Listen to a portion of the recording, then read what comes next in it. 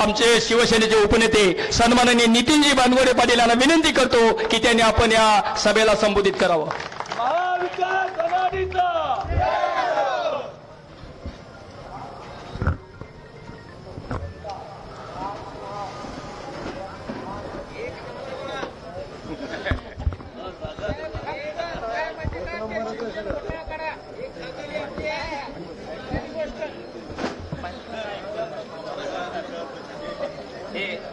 महाराष्ट्राचं कुलदैवत छत्रपती शिवाजी महाराज, समता समानतेचा संदेश देणारे महात्मा बसवेश्वरजी,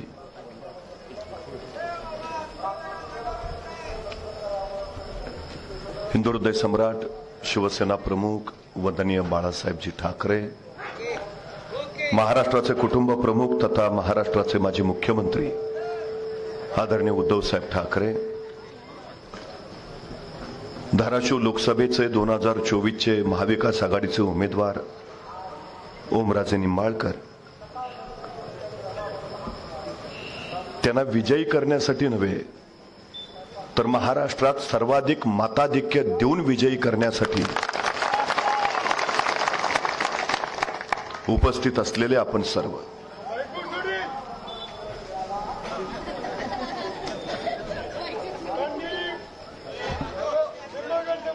डॉक्टर बाबासाहेब आंबेडकरांनी या देशाला राज्यघटना समर्पित केली. ज्या दिवशी संसदेमध्ये राज्यघटना समर्पित झाली त्या दिवशी अत्यंत आनंदात असलेले डॉक्टर बाबासाहेब आंबेडकरांना पाहून आचार्य कृपलानीने एक प्रश्न विचारला की डॉक्टर साहेब आज प्रचंड आनंदी दिसताय. आणि डॉक्टर साहेब म्हणाले, हो, पूर्वी राजा राणीच्या पोटातून जन्माला यायचा, आता तो मतपेटीतून जन्माला येईल. आचार्य कृपलानी असं म्हणाले, पण आपली लोक अडाणी आहेत, आपली लोक अज्ञानी आहेत, कदाचित त्यांची मतं विकत सुद्धा घेतली जाऊ शकतील. डॉक्टर बाबासाहेब आंबेडकर म्हणाले, खरं आहे तुमचं, पण ज्या दिवशी इथल्या मतदारांना त्यांच्या मताची किंमत कळेल त्या दिवशी इथला मतदारच इथला राजा असेल. ही सगळ्यात महत्वाची गोष्ट आहे. देशाचं भविष्य घडवणारी ही निवडणूक आहे.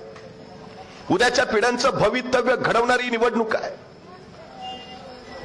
राष्ट्राच्या प्रश्नांवर योग्य धोरण ठरवणारी ही निवडणूक आहे. त्यामुळे आपल्याला निर्णय योग्यच घ्यायला हवा, ही पहिली गोष्ट आपण लक्षात ठेवली पाहिजे.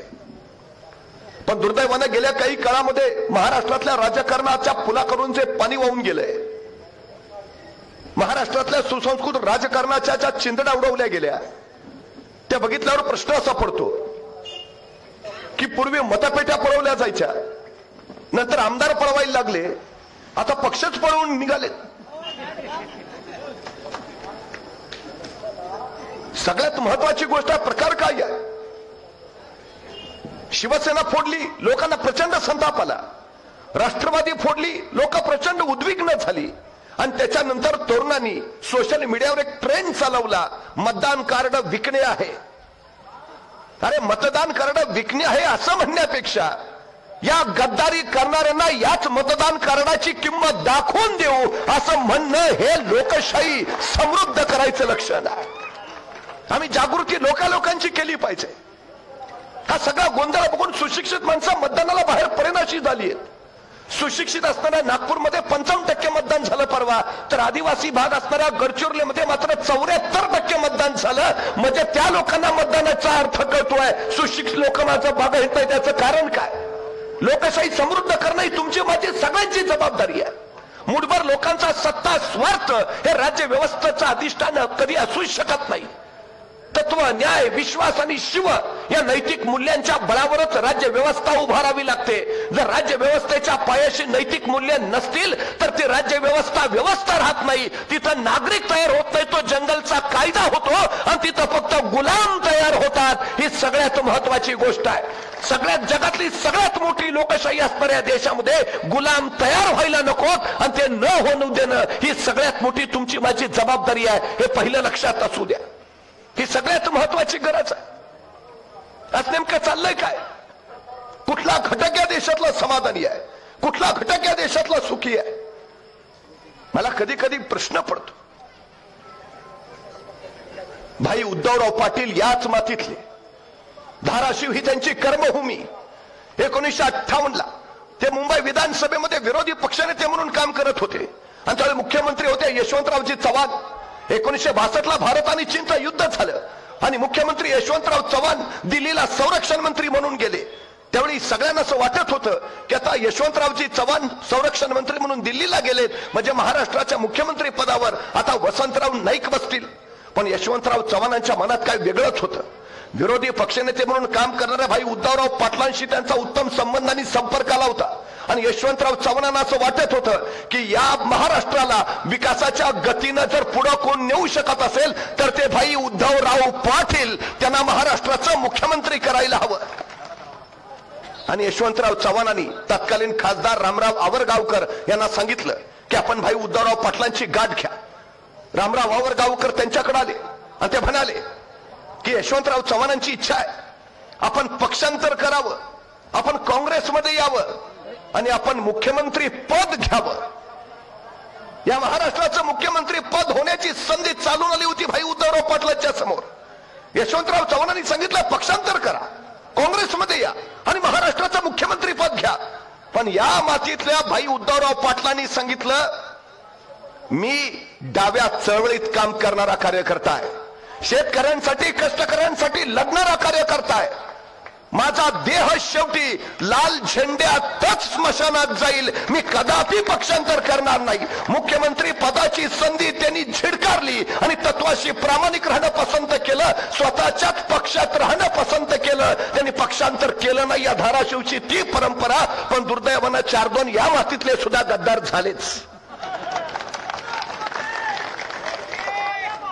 पण भाई उद्धवराव पाटलांची निष्ठेची ती परंपरा जर या मातीत कुणी जपली असेल तर ती ओमराजे निंबाळकरांनी जपली, हे आपण लक्षात घेतलं पाहिजे. आज श्री रामभक्त हनुमान जयंती आहे. तुम्हाला माहिती आहे जगभरात प्रभू श्री रामचंद्रांच्या बरोबर फक्त श्री हनुमानाचीच मंदिरं तुम्हाला दिसतील. प्रभू श्रीरामांच्या बरोबर असंख्य लोक होते, त्यांचे बंधू स्वतः लक्ष्मण सोबत होते. पण लक्ष्मणांची मंदिर आहेत का? मंदिर झालं प्रभू श्रीरामचंद्र भक्त हनुमानांचं. का? कारण हनुमानांची रामचंद्रांवर प्रचंड भक्ती होती, त्यांच्या ठाई प्रचंड निष्ठा होती. निष्ठेनंच देवत्व प्राप्त होतं, ही सगळ्यात महत्वाची गोष्ट आहे. अयोध्येला परत आल्यावर राज्याभिषेकाच्या वेळी सगळ्यांना बक्षिसं दिली गेली आणि त्यावेळी सीता मातेनं स्वतःचा एक अनमोल हार हनुमानाला दिला. हनुमानाने तो रत्नहार घेतला खरा, पण एका कोपऱ्यात बसून हनुमान त्या रत्नहारातला एक एक मणी फोडून बघायला लागला. सीता मातेनं काय कळेना, एवढा किमती रत्नहार आहे आणि हा फोडून का पाहतोय. सीता मातेने हनुमानाला विचारलं हनुमान हे काय करताय? आणि हनुमान म्हणाले या रत्नहारातल्या मण्यात श्री राम आहेत का मी बघतोय, पण इथं कुठंच मला राम दिसेना. जिथं राम नाही त्याचा मला काही उपयोग नाही. खरं तर ओमराजे निंबाळकरांना सुद्धा अनेक आमिष आली, अनेक गोष्टी द्यायची ऑफर सुद्धा आली असेल, पण या पठ्ठ्यानं एकच सांगितलं जिथं लोककल्याणाचा राम नाही तिथं मला जायचं नाही. श्री हनुमानाने छाती पडल्यावर जसे प्रभू श्री राम दिसले आमच्या हनुमान भक्त असणाऱ्या ओमराजे नाईक निंबाळकरांच्या हृदयात सुद्धा तशीच तुम्हाला शिवसेना दिसेल. उद्धव बाळासाहेब ठाकरेंची शिवसेना. हे निष्ठा असते, ही निष्ठा असते. 350 वर्षापूर्वी छत्रपती शिवाजी महाराजांनी स्वराज्य उभा केलं. अफजल खान 40,000ची फौज घेऊन महाराष्ट्रावर चालून आला आणि महाराजांच्या सोबत असलेल्या सरदारांना त्यांनी खलिते पाठवले, सोबत येऊन मिळा नाहीतर घरादारावरनं गडवाचा नांगर फिरवू. असंख्यानं पत्र गेली. असंच एक पत्र खंडोजी खोपड्यांना गेलं, सोबत या नाहीतर घरादारावरनं गडवाचा नांगर फिरवू. आणि खंडोजी खोपडा गद्दार झाला, अफजल खानाला जाऊन मिळाला. असाच एक खलिता कान्होजी जेते नाईक देशमुखांकडे आला, तो खलिता घेतला, सोबत या नाहीतर वतनावर जहागिरीवर गडवाचा नांगर फिरवू. कान्होजी तो खलिता घेऊन महाराजांकडे आले. राजा अफजल खानाचा खलिता आलाय, काय म्हणतो? जी सोबत या म्हणतो, नाहीतर घरादारावरनं गडवाचा नांगर फिरवीत. म्हणजे आता सुद्धा नाही का हे भाजपवाले म्हणतात आमच्यात या नाहीतर ईडीआय सीबीआय पाठवू. तसाच प्रकार त्याच वेळी सोबत या नाहीतर घरादारावरनं नांगर फिरू. महाराजांनी सांगितलं कान्होजी मग तुम्ही काय निर्णय घेतलात? तसे कान्होजी म्हणले, काय बोलता राज? तसं नव्हे, तुमच्या वतनाचा प्रश्न आहे, घरादाराचा प्रश्न आहे, जहागिरीचा प्रश्न आहे. तसे ताडकन कान्होजी उठले, शेजारचं तांब्या भांड घेतलं आणि त्यातलं पाणी स्वतःच्या हातावर सोडत ते म्हणाले, राजा, हे सोडलं पाणी वतनावर, हे सोडलं पाणी जहागिरीवर, हे सोडलं पाणी कुटुंबावर, हे सोडलं पाणी पोराबाळांवर. ह्यो कान्होजी जगल स्वराज्यासाठी आणि मरल स्वराज्यासाठी. राजा मैदानात ज्यावेळी तुम्हाला हाडं दिसतील, ज्या हाडातनं स्वराज्य स्वराज्य आणि शिवराय शिवराय ऐकू येईल, ती हाडत तुम्हाला या कान्होजी जेदे नाईक देशमुखाची असतील. आजही आमच्या ओमराजे निंबाळकरांना विचारा, त्यांच्या धमन्या धमन्यातनं फक्त तुम्हाला एकच आवाज ऐकू येईल, जय महाराष्ट्र. ही सगळ्यात मोठी निष्ठा आहे. निष्ठेनं राज्य उभा राहतात आणि स्वार्थानं, फितुरीनं, गद्दारीनं ती ढासळतात. हा सगळ्यात मोठा विश्वास आहे. आम्हाला उभा राहायचं आहे, ते आता देशासाठी उभा राहायचं आहे. आम्हाला उभा राहायचं आहे, ते महाराष्ट्र कल्याणासाठी उभा राहायचं आहे. हे पहिल्यांदा आपण लक्षात घ्या. डॉक्टर बाबासाहेब आंबेडकरांना कदाचित ही आताची परिस्थिती त्याच वेळी लक्षात आली असेल, म्हणून त्याच वेळी त्याचं म्हटले होते की भले जरी सगळे नेते विकले गेले तरी माझं संविधान सुरक्षित राहील, कारण माझं संविधान सर्वसामान्य माणसांच्या हातात आहे आणि माझा सर्वसामान्य माणसांवर विश्वास आहे. ही लोकसभेची निवडणूक नेत्यांची निवडणूक नाही, ही निवडणूक जनतेनं हातात घेतलेली निवडणूक आहे. ही सगळ्यात महत्वाची वस्तुस्थिती. त्यामुळे धाराशिव मधनं कुणी कुठेही महाराष्ट्रात जातो आणि कुणीतरी त्याला विचारलं धाराशिव मध्ये काय होईल, तो म्हणतो धाराशिव मध्ये ओमराजे निंबाळकर. आता फक्त कितीनं एवढंच निकालात बघायचं आहे, बाकी सगळं काम झालंय. का? साधा खासदार आहे, सर्वसामान्य लोकात मिसळणारा खासदार आहे, कायम रेंज मध्ये राहणारा खासदार आहे, फोनवर उपलब्ध असणारा खासदार आहे आणि धाराशिवच्या विकासासाठी रात्रंदिवस काम करणारा खासदार आहे. सगळ्यात महत्वाची गरज आहे ती आहे आम्हाला उद्याच्या भविष्यासाठी ओमराजे निंबाळकरांना संसदेत पाठवणं. ही उद्याच्या देशाच्या भवितव्याची सगळ्यात मोठी गरज आहे. नाहीतर सध्या परिस्थिती फार विचित्र आणि वेगळी झालेली आहे. आपण कधीतरी शांतपणे या सगळ्या गोष्टींचा विचार करायला हवा. भारताची सरासरी वयोमर्यादा आज 28 वर्ष आहे. म्हणजे देशातले निम्मे लोक 28 वर्षाच्या आत आहेत आणि निम्मे लोक 28 वर्षाच्या पुढे आहेत. 15 ते 18 या वयोगटामध्ये देशात 10 कोटी मुलं आहेत आणि 15 वर्षाच्या आत 36 कोटी मुलं आहेत. म्हणजे 46 कोटी मुलं फक्त 18 वर्षाच्या आत आहेत. ही 46 कोटी मुलं ठरवणार आहेत उद्या देशाचं भविष्य काय असेल. ही 46 कोटी मुलं ठरवणार आहेत उद्या देशाची अर्थव्यवस्था कशी असेल. ही 46 कोटी उद्या आमच्या देशाला महासत्ता बनवणार आहेत. पण हे उद्या सगळं बनवायचं असेल तर या मुलांकडे आमचं लक्ष आहे का? त्यांच्या शिक्षणाची व्यवस्था मी केली आहे का? शिकलेल्या मुलांना रोजगार आम्ही उपलब्ध करून दिलाय का? त्यांच्या बुद्धी संपदेचा, मनुष्य संपदेचा देशासाठी योग्य वापर होतो आहे का? हे बघणं सगळ्यात मोठी आमची जबाबदारी आहे. आज परिस्थिती काय झाली आहे, काय अवस्था इथल्या शेतकऱ्यांची. स्वतःच्या रानात काम करणारा, घामानं नितळणारा शेतकरी त्याच्या पोराबाळांना शाळेत पाठवू शकतो, त्यांना तो शिकवू शकतो, तेवढी संपत्ती त्याच्याकडे आहे. काय परिस्थिती आहे इथली? कधीतरी आम्ही शांतपणे या सगळ्या गोष्टीचा विचार केला पाहिजे. एका शाळेमध्ये एक सर वह्या तपासत होते पोरांच्या. शुद्ध लेखनाच्या 5 ओळी लिहून आणायला सांगितलेल्या आणि वह्या तपासता तपासता एका पोराच्या जवळ गेले. त्याला सांगितलं वही दाखव. पोरग उभा राहिलं. म्हटलं गुरुजी वही घरी राहिली. गुरुजी म्हणजे हात पुढं कर. सण 2 छड्या पडल्या. त्या वैद्यनं ते पोरग कळवळलं. डोळ्यातनं खळदिशा शिरू सुटला. तसे गुरुजी म्हणाले आता 5च्या ऐवजी उद्या 10 ओळी लिहून आणायच्या. तसं ते पोरग म्हणलं गुरुजी नाही जमणार. गुरुजीने परत हातावर छनखन छड्या मारल्या. त्या पोरग यातनेनं व्याकुळलं. गुरुजी म्हणाले आता उद्या 20 ओळी लिहून आणायच्या. तसं पोरग ठामपणे म्हणाल गुरुजी नाही जमणार. गुरुजींनी त्या पोराच्या पाठीवर छड्या मारायला सुरुवात केली. ते पोरग वेदनेनं यातनेनं कळवळत राहिलं. गुरुजी म्हणाले आता 40 ओळी लिहून आणायच्या. पोरग ठामपणे म्हणाल गुरुजी नाही जमणार. मग मात्र गुरुजीच हतवल झाले. त्यांनी पोरला विचारलं अरे तुझ्या भल्यासाठी सांगतोय, शुद्ध लेखनाच्या ओळी रोज लिहिल्या तर अक्षर सुधारेल, अक्षर सुधारलं तर मार्क चांगले पडतील, चांगले मार्क मिळाले तर पदवी मिळेल, पदवी मिळाली तर नोकरी मिळेल, का नाही आणत? तसा तो युलासा पोरगा म्हणाला गुरुजी तुम्ही रोज मला शुद्ध लेखनाच्या 5 ओळी लिहून आणायला सांगता आणि 2 महिने जाणारी माझी वही 15 दिवसातच संपून जाते.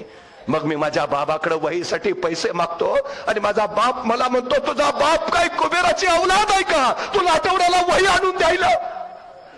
तू तुमचा भार सोसतो गुरुजी, पण माझ्या बापाच्या काळजातल्या वेदना मला नाही सहन होत. आमच्या पैठण मधली एक मुलगी संभाजीनगरला शाळेला जायची, पण वडिलांकडे पासासाठी पैसे नाही. मागावी तर मागावी कसं आहे, वडिलांची परिस्थिती सगळी माहिती आहे. पैठणवरनं रोज छत्रपती संभाजीनगरला जायची, पण वडिलांची अवस्था बघितली आणि शेवटी तिने स्वतःच आत्महत्या करून घेतली. आम्ही आमच्या पोरांना शाळेसाठी 4 पैसे देऊ शकत नाही. काय अवस्था करून ठेवली आहे. कसा देश महासत्ता होईल उद्याचा. आता तर 20 पेक्षा कमी संख्या असणाऱ्या शाळा बंद करायचा घातकी निर्णय या सरकारने घेतला. 62,000 शाळा खाजगी कंपन्यांच्या घशात टाकल्या आणि समूह शाळेच्या माध्यमाने 18,473 शाळा बंदच करायचा निर्णय घेतला. म्हणजे आमची पोरं एक तर शेतकऱ्याला शिकवता येत नाही, जो शिकवायचा प्रयत्न करतोय त्याच्यासाठी आता शाळेची दारच बंद. कशी घडतील पोरं ही आमची. 70% लोक या देशातली शेती करतात. त्या जगाच्या पोशिंद्याची अवस्था नेमकी कशी आहे आज. उद्धवजी ठाकरे मुख्यमंत्री होते, 11,000 रुपये क्विंटल सोयाबीनला भाव होता. हा सोयाबीनचा भाव झालाय 4,500 रुपये. का झाला माहितीये? सोयाबीनचे दर कुणी पाडले माहितीयेत? या केंद्र सरकारने, मोदी सरकारने 1,38,000 कोटीचं खाद्यतेल आयात केलं. 165 लाख टन सबक तेल देशात आलं. आमच्या शेतकऱ्याच्या सोयाबीनची गरजच नाही, म्हणजे सोयाबीन पडून राहिलं. कांदा चांगला झाला, कांद्याला परदेशात दर होता. 40% निर्यात शुल्क लावला. परत कांद्यावर निर्यात बंदीच घातली. परदेशातला दर उतरला, मग निर्यात बंदी उठवली. तुम्हाला माहिती आहे, भारत हा जगभर कांदा निर्यात करणारा सगळ्यात विश्वासार्ह देश होता. पण केंद्र सरकारच्या धोरणामुळे भारतातल्या शेतकऱ्यांचा कांदा परदेशात गेलाच नाही. सबब जगानं पाकिस्तानचा कांदा विकत घेतला. हे केंद्र सरकार कुणाचं भलं बघतंय, भारतातल्या शेतकऱ्यांचं का पाकिस्तानच्या शेतकऱ्यांचं? आमच्या शेतकऱ्याला कांदा परदेशात पाठवून न दिल्यामुळे जगानं पाकिस्तानचा कांदा घेतला, त्यांचं भलं झालं. तुम्हाला माहिती आहे, पूर्वी असं म्हणत होते की 1 क्विंटल कपाशी आणि 1 तोळा सोनं यांचा दर एकच होता. एकच होता दर.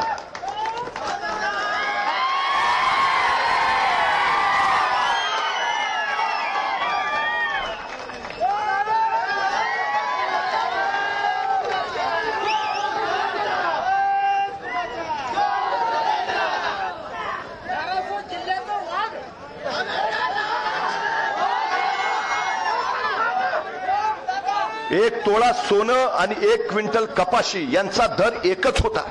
आज सोनं गेलंय 78,000वर आणि कपाशी आले 7,000च्या आत. हे राज्य शेतकऱ्यांचं आहे. केंद्रात बसलेलं हे मोदी सरकार शेतकऱ्यांच्या विरोधातलं सरकार आहे. हे पहिलं आपण नीट लक्षात ठेवा. गेल्या काही दिवसामध्ये 17.5 लाख लोकांनी देश सोडला. 2.5% लोक अशी होती ज्यांची संपत्ती 500 कोटीपेक्षा पुढे, ते इथं उद्योग निर्माण करू शकत होते पण गेले. आणि 97% आमची तरुण पोरं इथं नोकऱ्यांच्या संध्या नाहीत म्हणून परदेशात निघून गेली. तिकडं मी परवा दुबईला गेलो होतो, मला वाटलंच नाही मी दुबईत आहे. आपलीच गँग सगळी. म्हणलं इकडं काय, म्हणले तिकडं काय आहे. तिकडं काय नाही म्हणून इकडं आहे. अरे आपली माय पंढरी सुरमची पोरं परदेशात का निघालीत? नोकऱ्या नाहीत म्हणून. तुम्हाला माहिती आहे, ऍपल मध्ये 34% भारतीय पोर आहेत, मायक्रोसॉफ्ट मध्ये 32% भारतीय पोर आहेत, इंटेल मध्ये 17% भारतीय पोर आहेत, IBM मध्ये 27% भारतीय पोर आहेत, आणि अमेरिकेची अंतराळ संशोधन नासा त्याच्यामध्ये 36% भारतीय मुलं आहेत. म्हणजे आमच्या पोरांच्या बुद्धी संपदेचा वापर आमच्या देशाची अर्थव्यवस्था बळकट करण्यासाठी नाही, इतर देशांची अर्थव्यवस्था बळकट करण्यासाठी होतोय. हे आम्ही लक्षात घेतलं पाहिजे. 80 कोटी जनता रेशनच्या धंद्यावर जगते. 80 कोटी. म्हणजे या गोष्टीची लाज बाळगायची सोडली आणि हे सरकार जाहिरात करतोय 80 कोटी लोकांना आम्ही मोफत रेशन देतो. अरे दिवाळी सारखा सण साजरा करायला सुद्धा 100 रुपयाचा आनंद शिला द्यावा लागतो. इतकी परिस्थिती बिघडली आमच्या लोकांची आणि तुम्ही काय सांगता? हे तरी आम्ही शांतपणे या सगळ्या गोष्टींचा विचार केला पाहिजे. एका राजाच्या दरबारात एक गायक आला. गाण्याची मैफल चालू झाली आणि गाण्याची मैफल चालू झाल्यावर गायकानं गाणं चालू केलं. इतकं सुंदर गायला की राजा प्रचंड खुश झाला. अप्रतिम, बहुत खूप, मी भयान खुश आहे तुझ्या गाण्यावर, 15 लाख तुझ्या खात्यावरच जमा करतो. राजाचं बक्षीस ऐकलं, गायकाला जे हुरूप चढला 15 खात्यावर म्हणजे विषयच मिटला म्हटला. त्यांना आणखी गाणं चांगलं म्हणायला सुरुवात केली. चांगलं गाणं इतकं चांगलं गाणं म्हटला, राजा भयान खुश म्हटला, पक्क घर दिलं चल. आता तर गायकाला ऊर भरूनच आला, तो आणखी चांगलं गायला लागला, राजा आणखी खुश झाला, तुझ्या पोरला नोकरी दिली चल. गायक इतका खुश, मैफल संपली, संध्याकाळी घरी आला, बायकोला सांगितलं राजानं माझं गाणं ऐकलं, राजा इतका खुश झाला की 15 खात्यावर जमा करतो म्हटला, पोराला नोकरी देतो म्हटला, आपल्याला पक्क घर देतो म्हटला. बायको म्हटली बरं झालं बाई, आता अच्छे दिन येणार. पण बायको वाटच बघत बसली. महिना झाला, वर्ष झालं, 2 वर्ष, 3 वर्ष, 4 वर्ष, शेवटी बायको वैतागली. नवऱ्या म्हणाली गप उठायचं आणि राजाकडे जायचं. ते 15 लाख पक्क घर आणि पोराची नोकरी घ्यायची आणि मग घरला यायचं. बिचारा निमूटपणे राजाकडे गेला. म्हटला 4 वर्षापूर्वी महाराज मैफल झाली होती, माझं गाणं ऐकलं, तुम्ही लय खुश झाला, माझ्या खात्यावर 15 लाख जमा करतो म्हटला, नंतर पक्क घर देतो म्हटला, पोरला नोकरी देतो म्हटला, पण महाराज अजून काहीच जमा नाही. तसे महाराज म्हणले हे बघ, तुझं गाणं ऐकलं की माझे कान खुश व्हायचे आणि माझं बक्षीस ऐकलं की तुझे कान खुश व्हायचे. या देण्या घेण्याचा विषय येतो कुठं? आमचं दुसरं काय झालंय, त्यांनी घोषणा करायच्या आम्ही खुश, आम्ही मतं द्यायची ते खुश, देण्या घेण्याचा विषय आहे कुठं? आता मोदीची की गॅरंटी गॅरंटी गॅरंटी म्हणून सांगतात, तर त्या गॅरंटीचं वॉरंटीचं काय? 2022ला देश महासत्ता होणार होता, आता 24ला सांगतात 47ला महासत्ता होईल म्हणून. विचारा ना, काय झालं 15 लाखाच्या तुमच्या गॅरंटीचं? काय झालं 2 कोटी नोकऱ्यांच्या गॅरंटीचं? काय झालं 2022 पर्यंत पक्की घरं देणार होता गॅरंटीचं? काय झालं नमामि गंगेच्या स्वच्छता अभियानाचं? काय झालं मेक इन इंडियाचं? काय झालं डिजिटल इंडियाचं? काय झालं स्मार्ट इंडियाचं? काय झालं अरबी समुद्रात छत्रपती शिवाजी महाराजांचं स्मारक उभारणार होता त्याचं? काय झालं इंदू मिलमध्ये डॉक्टर बाबासाहेब आंबेडकरांचं स्मारक उभारणार होता त्याचं? काय झालं आदर्श गावांचं? काय झालं स्मार्ट सिटीचं? काय झालं आत्मनिर्भर भारताचं? हो, भारताला आत्मनिर्भर करायचं राहू द्या, आधी स्वतःचा पक्ष तरी आत्मनिर्भर करा. अहो, या 2024च्या निवडणुकीत 116 उमेदवार यांचे बाहेरचे आहेत. 116 गाडीवर पुरावे घेणार होते आणि चक्की पिसिंग करणार होते, घेऊनच टाकले. शिवसेना फोडली, राष्ट्रवादी फोडली, काँग्रेसचे आदर्श नेतेही घेतले, मनसे घेतली. मला वाटलं आता तरी थांबतील, यांनी धाराशिवचे पण 4 गडी वडले. अरे तुमचं चाललंय काय? तुमच्या लक्षात येईना काय चाललंय? 1 नेशन 1 टॅक्स सारखी त्यांना 1 नेशन 1 पार्टी बनायचं आहे. ह्या देशात दुसरा पक्षच नको, या देशात फक्त एकच पक्ष भाजपा, बस, दुसरं नकोच काय? हे लोकशाहीला घातक आहे. आम्ही राजकीय विरोधक आहे म्हणून सांगत नाही हुकुमशाही येते. ही वस्तुस्थिती काय चालली ती बघा. कालच्या निवडणुकीमध्ये सुरतमध्ये पहिला भाजपचा उमेदवार जिंकून आला का? काँग्रेसच्या उमेदवाराचा अर्जच बाद झाला. त्याचे सूचक आणि अनुमोदक गायब आहेत. चंदीगडमध्ये महापौर पदाची निवडणूक झाली, 8 अर्ज सरळ बाद केले डोळ्या देखत त्या निवडणूक आयोगाच्या अधिकाऱ्यानं. नशीब सीसीटीव्ही होता, सगळं कळलं आणि सुप्रीम कोर्टानं त्याचं वर्णन करताना म्हटलं it's a murder of democracy, हा लोकशाहीचा खून आहे. ही वस्तुस्थिती आहे इथली. ही स्वीडनची एक संस्था आहे, तिनं अहवाल प्रकाशित केलाय व्हरायटी ऑफ डेमोक्रेसी. भारतीय लोकशाहीचं वर्णन करताना ती सांगते इलेक्ट्रोल ऑटोक्रेसी म्हणजे निर्वाचित एकाधिकारशाही या देशात यायला लागली. भारत सरकार की गॅरंटी का नाही म्हणत तुम्ही? मोदीची की गॅरंटी हा काय प्रकार आहे? ही एकाधिकारशाही आहे, हे लक्षात घ्या. सगळ्यात महत्वाचं, अनेकांनी बलिदान देऊन हे स्वातंत्र्य मिळवलंय, आम्हाला मतदान करून हे स्वातंत्र्य टिकवायचं आहे. सगळ्यात महत्वाची गरज आहे. ही स्वातंत्र्याची दुसरी लढाई आहे, सगळ्यात महत्वाचं दुसरी लढाई आहे स्वातंत्र्याची.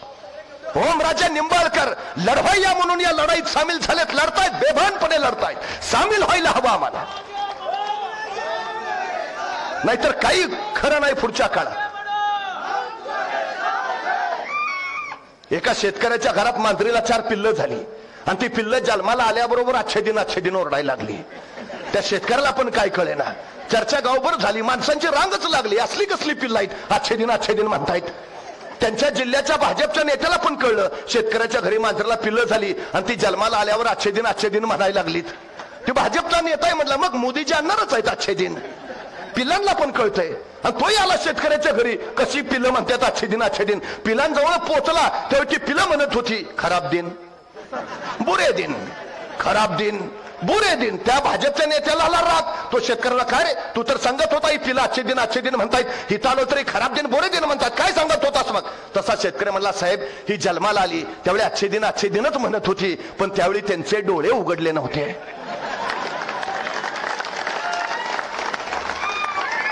अरे गेल्या 10 वर्षाचा कारभार बघून आमचे डोळे उघडलेत का. उघडायला हवेत तर लोकशाही वाचेल. परवा भाजपचे खासदार म्हणाले आम्हाला 400 पार का जायचंय कारण आम्हाला संविधान बदलायचं आहे. संविधान लक्षात घ्या काय चाललंय ते.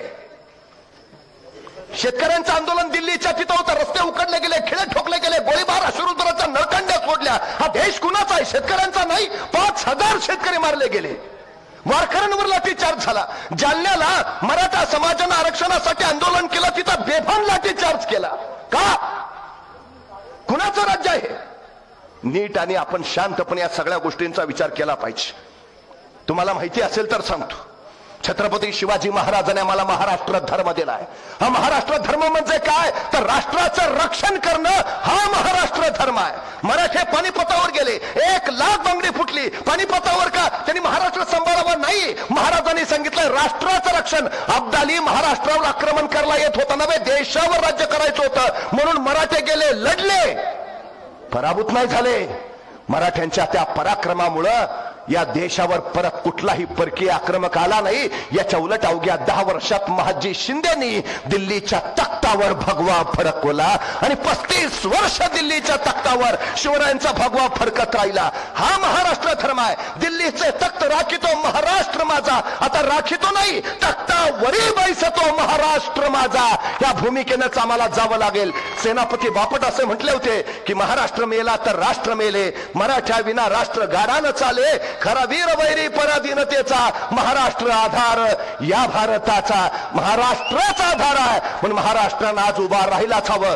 उद्धवजी ठाकरेंच्या खांद्याला खांदा लावून उभा राहिलाच हवं. ही सगळ्यात आणि सगळ्यात महत्वाची गरज आहे. 150 वर्ष इथं इंग्रजांनी राज्य केलं. त्याच्या आधी मोगलांचं राज्य होतं. पण इंग्रजांनी असं नाही सांगितलं की आम्ही मोगलांकडनं हिंदुस्थान जिंकून घेतला. त्यांनी असं नाही लिहिलं आम्ही गुजरातांकडनं हिंदुस्थान जिंकून घेतला. त्यांनी असं नाही म्हटलं आम्ही तामिळींकडनं हिंदुस्थान जिंकून घेतला. त्यांनी असं लिहिलं आम्ही मराठ्यांकडनं हिंदुस्थान जिंकून घेतला.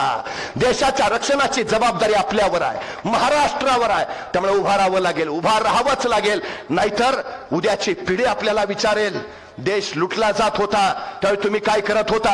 महाराष्ट्रातले उद्योग गुजरातला पळवले जात होते. आमच्या तरुणांचा रोजगार तिकडे नेला जात होता. तुम्ही काय करत होता. हुकुमशाही आणली जात होती. तुम्ही काय करत होता. संविधान बदललं जात होतं. तुम्ही काय करत होता. शेतकरी आत्महत्या करत होते. तुम्ही काय करत होता. आम्हाला अभिमानानं सांगता आलं पाहिजे बाळा असं काही होणार नाही कारण आम्ही ओमराजे निंबाळकरांच्या खांद्याला खांदा लावून लढत होतो आम्ही. हा महाराष्ट्र आहे. आपण महाराष्ट्र म्हणून उभा राहिलं पाहिजे. देशाचं रक्षण करायची लोकशाहीचं रक्षण करायची संविधानाचं रक्षण करायची जबाबदारी आमच्यावर आहे. यांचे डाव चालू होतात. आता महात्मा बसवेश्वरांनी आम्हाला समतेचा समानतेचा संदेश दिला. पण पूर्वी एक शोध लागला. दगडावर दगड घासला की ठिणग्या उडतात आणि मग आग लागते. आगीचा शोध असा लागला. आता त्यांना नवा शोध लागलाय. जातीवर जात घासली धर्मावर धर्म घासला की ठिणग्या उडतात आणि आग पेटते आणि मग त्या आगीवर आपल्याला आपल्या सत्तेची पोळी भाजून घेता येते. हे डाव हाणून पाडायला हवेत. हे डाव हाणूनच पाडायला हवेत. हे पहिला लक्षात असू द्या.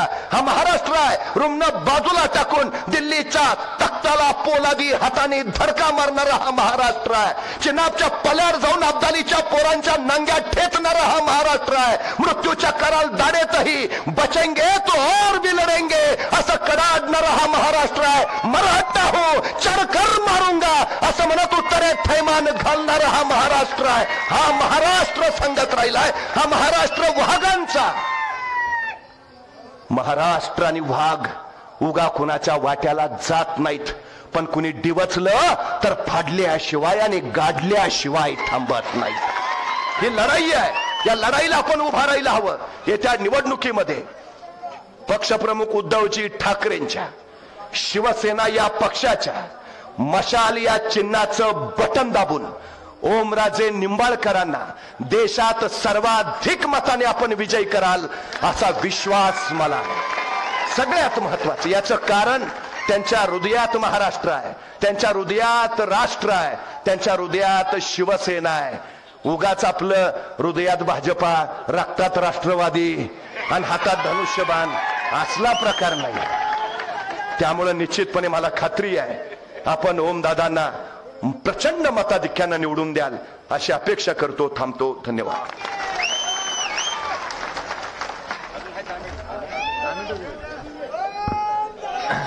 अरे दम काढा आता सगळीजण. नितीनजी बानगुडे पाटील साहेब आपले उपनेते आणि व्यासपीठावरील उपस्थित असलेल्या सगळ्या मान्यवरांची क्षमा मागतो आणि आदरणीय व्यासपीठाचा आपल्या सर्वांचा उल्लेख करतो आणि समोर उपस्थित असलेले सर्व खुद्दार जनता. पाटील साहेब येताना मी तुमचं भाषण ऐकत होतो आणि भाषण ऐकत असताना तुम्ही एका मुलीची शेतकऱ्याची व्यथा सांगत होता की फीस भरायला पैसे नाही म्हणून आत्महत्या केली, शिकता येत नाही म्हणून. ही जशी घटना आहे तशीच आपल्या या शहरातली, उस्मानाबाद शहरातली, धाराशिव शहरातली एक घटना आहे. एका मराठा समाजाच्या शेतकऱ्यानं दिवसभर डी फार्मसी कॉलेजच्या 3-4 चक्रा मारून स्वतःच्या मुलीला घेऊन जेव्हा असं लक्षात आलं की ह्या लेकीची फीस काय आपण भरू शकत नाही म्हणून त्या मुलीच्या वडिलांनं रात्री येऊन आत्महत्या केली. मला दुर्दैव ह्या गोष्टीचं वाटतंय की त्याच जिल्ह्यामध्ये, त्या जिल्ह्याचा विकास म्हणून 40 वर्ष मिळवणारे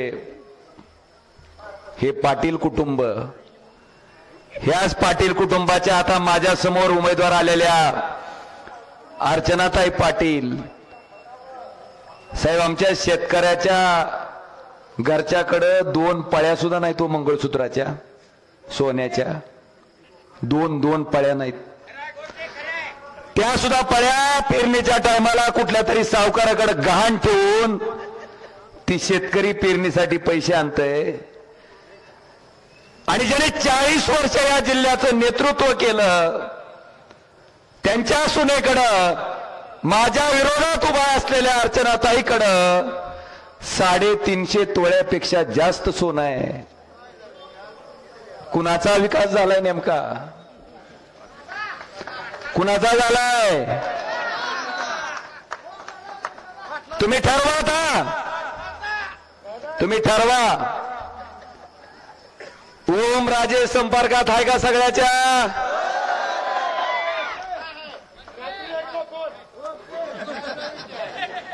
अरे हीच दुखायलंय साहेब. 8 आमदार आहेत, 8. रोज फेरावळीनं माझ्या फोनवर बोलते आणि आता म्हणते इलेक्शन चालू झाले दाखवलं आम्ही बोलतो. अरे तू हे आता दाखवायसाठी बोलायलाय? ओमराजे मागच्या 5 वर्षापासून रोज बोलतोय. दुखायलंय. संपर्काच्या बाबतीत बोलू शकत नाहीत. मला तुम्हाला सगळ्याला प्रश्न विचारायचा आहे. त्याच मराठा शेतकऱ्याची व्यथा बघून जरांगे पाटलाचं आंदोलन होण्यापूर्वी ह्याच ओमराजेनं लोकसभेत मराठा आरक्षण हा विषय लावून धरला. काय म्हणलं की तामिळनाडू राज्याचं मराठा आरक्षण 50% पुढे गेल्यावर जर टिकू शकत असेल तर महाराष्ट्राचं सुद्धा आरक्षण जसं अफिडेव्हिट केंद्र सरकारनं तामिळनाडू सरकारच्या बाबतीत दिलं तसंच द्या आणि मराठा समाजाचं आरक्षण टिकवा. मला तुम्हाला विचारायचंय, महात्मा बसवेश्वरांना मानणारे लिंगायत समाजातील सगळे अनुयायी ज्यांनी 12व्या शतकामध्ये समानतेचा संदेश दिला, हा समाज त्या ठिकाणी अल्पसंख्याक समाजाच्या दर्जाची मागणी करतोय, लिंगायत धर्माची मागणी करतोय. ही मागणी करणारा सुद्धा तुमचाच एकमेव खासदार ओमराजे त्या ठिकाणी संसदेत होता. धनगर आरक्षण, मुस्लिम आरक्षण हा मागणारा फक्त एकमेव खासदार तुमचा लोकसभेत होता. आता मला नाव नेमकं कशात ठेवता हो? ह्या जिल्ह्याचं शासकीय वैद्यकीय महाविद्यालय आम्ही धाराशिवला केलं, मंजूर केलं, चालू केलं. 3ऱ्या वर्षाचे ऍडमिशन चालू आहेत. पुढच्या वर्षी डॉक्टर झालेली मुलं त्या कॉलेजमधून बाहेर पडतात. हे उद्धव ठाकरे साहेबांच्या काळात त्या ठिकाणी आम्ही करून घेतलं. 1303 कोटी रुपयाची RDSS ची योजना राबवली. 40 नवीन सबस्टेशन आपल्या जिल्ह्यासाठी मंजूर केलेत. 1303 कोटी खर्च करून हे ओमराजेने केलंय. अनेक कामं सांगता येतील. अरे जी शेतकऱ्याची गाय आजारी पडल्यावर त्याच्याकडे डॉक्टर पाठवत असेल, तुमच्या भवितव्यावर परिणाम करणाऱ्या केंद्र सरकारच्या आणि राज्य सरकारच्या योजनेवर ओमराजेचं दुर्लक्ष होईल का? साहेब मला इथल्या ठगावर बोलायचे हो. ह्या रवी सरांनी उद्धव ठाकरेची ओळख करून दिली. उद्धव ठाकरेंनी त्याला 3 वेळेस आमदार केलं. तुम्ही 7-7 रुपये दिले आणि हे रवी सर बरोबर गद्दारी केली आणि ठाकरे साहेबाबरोबर गद्दारी केली. 50 खोके घेऊन तिकडं पालतं पडलंय आणि मला म्हणतंय ओमराजे ठग आहे. अरे ठग जर असतो तर तुझ्यासारखा भारतीय जनता पार्टीच्या वॉशिंग मशीन मध्ये धुवून स्वच्छ व्हायला तिकडं पालता पडलो असतो. इमानदार आहे, संघर्ष माझ्या रक्तात आहे. तसला डॉक्टर पाटील गार करून आलोय मी. कोणी कुठं जरी गेलं तरी ओमराजे निष्ठेशी तडजोड करणार नाही. डॉक्टर पाटलाचा राणा पाटील 40 वर्ष ज्या पवार साहेबांनी मंत्री केलं त्याला एका रात्रीत सोडून गद्दारी करून भारतीय जनता पार्टीत गेला. पण ज्या उद्धवजी ठाकरेंनी मला एकदा आमदार आणि खासदार केलं, त्यांचा पक्ष फुटत असताना, चिन्ह जात असताना, सत्ता जात असताना त्या 50 खोकेवर लाथ मारून उद्धवजी ठाकरे साहेबाच्या मागे प्रामाणिकपणे मी उभा आहे. मला जास्त काय सांगायचं